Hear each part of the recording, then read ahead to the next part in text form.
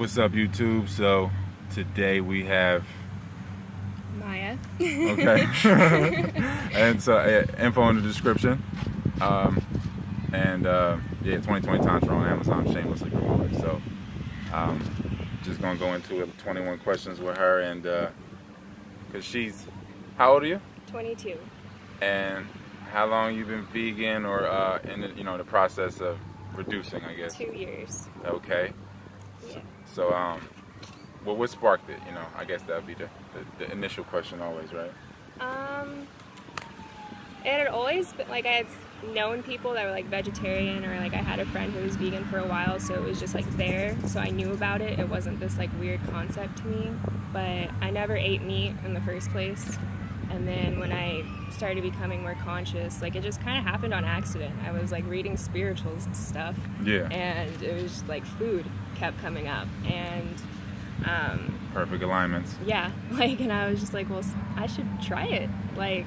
And then you read about it, and like Dr. CB, and Definitely. just like then really doing it. There's only so much reading about it you can do before you just cut it out. So really it was just about cutting out dairy, which when you find out what that is, it's like really gross. Definitely. Definitely. Like the mental note of it, you see it and you're like, damn, so I don't want that in my body. Definitely. So the dairy was the biggest leap? Yeah. Okay. Which is scary for most people, is like when you hear them like, I can't give up cheese. I love cheese. I'm like, no, man, you're addicted. I don't get it. Especially like you live, this is Phoenix. It's too hot to be eating. Yeah, like to eat anything heavy, whether it's raw vegan or if you eating dairy, it's like drinking glue. So I don't know how people can do it. You're just gonna sweat it out and you're gonna smell. It's awful. And it just gets rid of every problem that you have. Eating better, you feel lighter. I was depressed and that's another thing, I was depressed for like a really long time, and even on like my spiritual whatever journey, I was like, something's not, like, what else do I have to do? And it was my diet, essentially, because like I look at older pictures of myself and I was like, there was no way I could ever be happy. Yeah, no, definitely. I was too weighed down. Yeah, I mean, that's, and I guess that's the issue too, like with family or friends or relationships too. Like, you're dealing with people that are sick inside themselves, so like, how could you build a foundation with somebody like that, right? Yeah. I mean, and like my mom, she ate terribly, and that's the thing, like, you don't even have the first choice is your mom and what she eats and what's in her gut. Yeah, exactly. Which, like, and we love our moms and whatever. Yeah, but they yeah, expose you to a lot of things. My mom exposed, so it was just doing a lot of reversing. Yeah. Like, I feel like even for like my whole family, like, I feel like I'm not doing it just for me, even if they're not like doing it themselves. Like, they've been eating this way for so long. Me stopping that process, like, whatever comes after me, like, it's not going to be the same thing. So yeah, definitely. So for you, would you these people, these motherfuckers, man, I swear. But now, would you? So for you, like, do you get offended when you eat with non-vegans, or like, do you have to be with? Golly. Okay, you turned it off. Word. All right.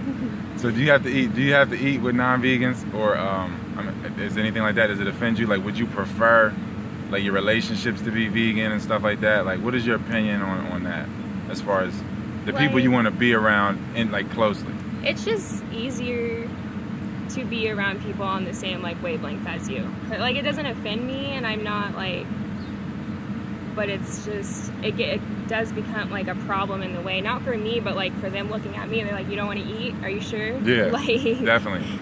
I'm like, you're missing out. That's not food, but okay. That's not.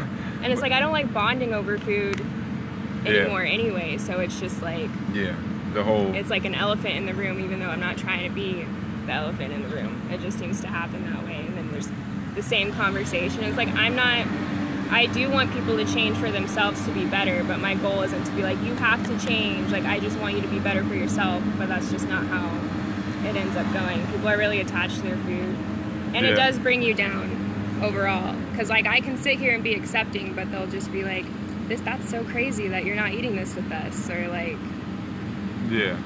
try to convert you back. I mean, definitely. I mean, I feel like if they were really secure with what they were doing, that they would not have a problem with trying veganism and really fully doing it wholeheartedly. If you're really that healthy, then you can always go back, right? I mean, I always look at like if eating dead animals and stuff and secretions from other animals is really the way, then you can always return to it. I guess I always say. And they're always sick though. They're always, they always have a headache. They're always super tired. Yeah, but that's not sick to them, I guess. I get right. That's normal. Yeah, like yeah, exactly. Like I don't want that to be my normal. You know what I mean? Like you've experienced the other side of it, right? Yeah. So like it's no. That was no a going big back. thing. I was like, wow, I've felt like shit my whole life. Like that's why I couldn't be happy or even close to happy. Yeah. Like there's just this disconnect with people and their body, and I had a disconnect with my body. So like learning to process it again, and like, or just getting to know myself, I guess. Yeah. So I know the sad American diet definitely throws you off your equilibrium. As far as like connecting with ancestors and stuff like that, that's a whole nother wash. It's difficult to connect with people and talk certain talks with them if their body. They're not there. Yeah, they don't know. They can't even receive. Yeah. So like, as far as the culture being 22 and the culture of America today, what is it like as far as dating? To me, I feel like dating is just a nice code word for sex, but that's pretty much what it is. It's a nice code word for that. It's hard out here. It's hard out here, yeah. Straight up and down. For real, like. Because most people don't know anything really. Like they're going from desires and like you said, it's just sex, and it's not even good sex because they don't even know what that is. Yeah, It's pretty selfish. It's not like a union or anything. It's just like, I'm gonna use you to fill the void, or like distract myself from myself. And it's like, I don't like being anyone's distraction. Yeah, I'd rather like uplift. Like I want an uplifting thing where like we're both growing, not like I feel like I have to change you. Like you're supposed to change, I feel like naturally. Like if it's like you're unfolding into like a better version of yourself. But when it's like sitting there like, all right, well you're way down here. Yeah, exactly, yeah. Like if they're not naturally compelled to take care of themselves in the way you do, I guess you gotta just accept it and walk away, I guess. Because then they'll just drain you. That's another thing. Like you can be like this pillar of light, and that's why they're attracted to you. They like, it's like a different like world. A moth. Yeah. And instead of like unlocking that world for themselves, they're like, let me just go to this person. Yeah. And like use try you as a to middleman. take from them. Yeah. Exactly. Yeah. So like the casual sex culture, sex in 2018, I feel like everybody's trying to be heartless. So what would you say as far as like casual sex and the way people treat each other in that regard? Like as far as like I guess it's just objectifying one another and it's just sad. I mean, everyone's just sad and like involving themselves in that, whether they're like acknowledging it or not, because they're doing it to try to feel something, but they can't feel anything because there's no like connection there. They're not even like fully present during the process either. And then they don't know who, like you're not just sleeping with them, you're sleeping with like their whole lifestyle and like whatever else they're doing. So it's like their demons, their parasites, their energy, it's like obviously gonna fuse with yours. And then you got a disaster.